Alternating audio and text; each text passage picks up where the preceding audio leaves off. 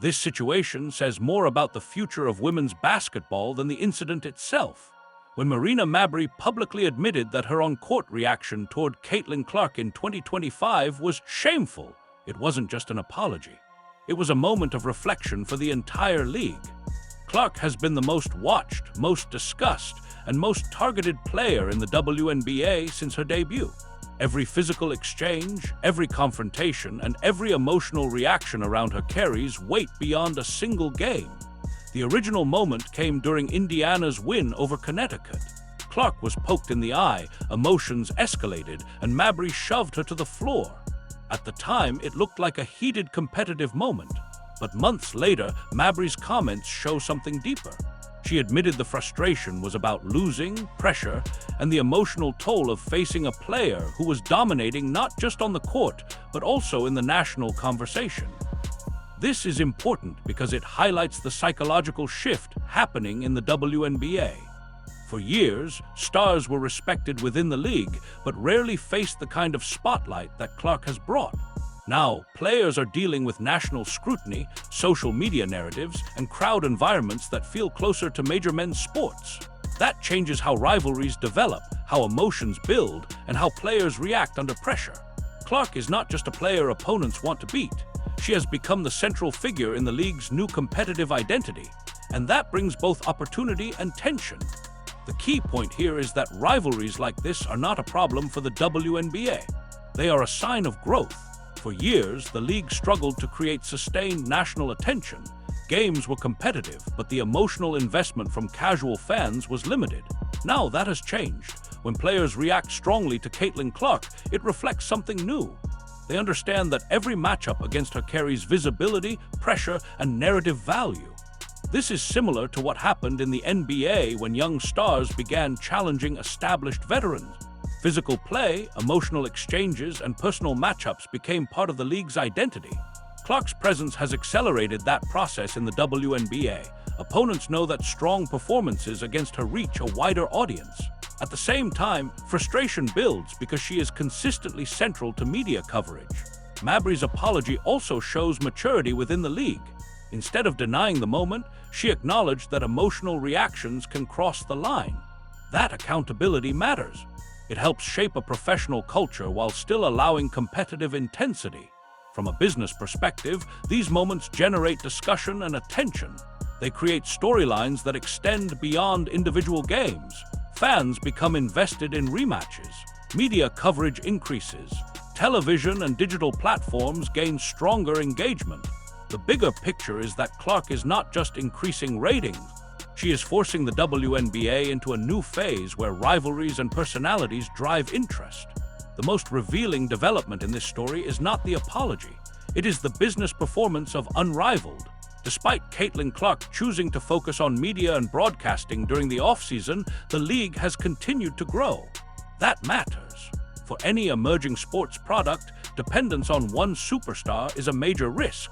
The early numbers suggest Unrivaled is building something more stable and sustainable. The league generated strong revenue in its first season and is projected to increase that significantly in year 2. Sponsorships, media partnerships, and touring events are creating multiple revenue streams. The 6-year media deal signals long-term confidence from broadcasters. That is a major step for women's basketball outside the traditional WNBA structure. The Philadelphia tour stop is a perfect example. A city that has not hosted women's professional basketball in decades delivered over $2 million in total revenue and record attendance. This shows that demand exists beyond established markets. It also reinforces the idea that exposure, not interest, has historically been the biggest barrier. Clark's absence actually highlights the league's depth. Players like Angel Reese, Paige Buchers, and others are proving they can carry attention and create competitive storylines. That is critical for long-term growth. Sustainable leagues are not built around one name. They are built around systems, rivalries, and consistent engagement. What we are seeing now is not competition between Unrivaled and the WNBA. It is a preview of the league's next phase.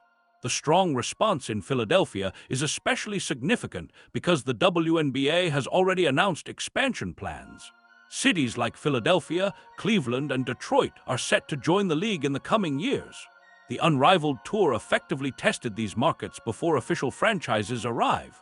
The result was clear. There is real demand when the product is presented in a modern, accessible way. This is where the Clark effect becomes even more important. Her popularity has expanded the overall audience for women's basketball. Even when she is not present, the increased awareness remains. Fans who discovered the sport through her are now following other players and leagues. That is how a sport grows. One transformational figure opens the door and the ecosystem benefits. The touring model also reflects changing sports consumption. Younger audiences prefer live experiences, flexible schedules, and national visibility rather than fixed regional formats. If Unrivaled continues to move across major cities, it can help build national interest that eventually feeds back into the WNBA. At the same time, players are gaining leverage. Alternative platforms give them more visibility, new income streams, and control over their careers. That shifts the balance of power in negotiations and encourages innovation. The long-term impact of this moment is larger than any single rivalry or league. Caitlin Clark's influence is forcing women's basketball to evolve faster than expected. Her presence has raised expectations for visibility, professionalism, and commercial value. Players, leagues, and investors now understand that the ceiling is much higher than previously believed. The Mabrey apology reflects a new level of accountability and awareness. Players recognize that every action is now part of a bigger national conversation. That is a sign that the WNBA has entered a new era. The sport is no longer operating in a niche environment. It is becoming part of mainstream sports culture. At the same time, Unrivaled's growth proves that the ecosystem is expanding. More platforms mean more opportunities. Expansion markets, touring events, media partnerships, and off-season leagues are all connected. This is how professional sports build long-term stability. The key question is not whether Clark is missed in Unrivaled. It is whether the sport can continue growing beyond her. So far, the answer appears to be yes. That is the strongest possible outcome for the WNBA. If this trajectory continues, the next decade could bring larger arenas, stronger media rights, and greater global reach. Clark may be the catalyst, but the future will depend on how the entire system adapts and evolves.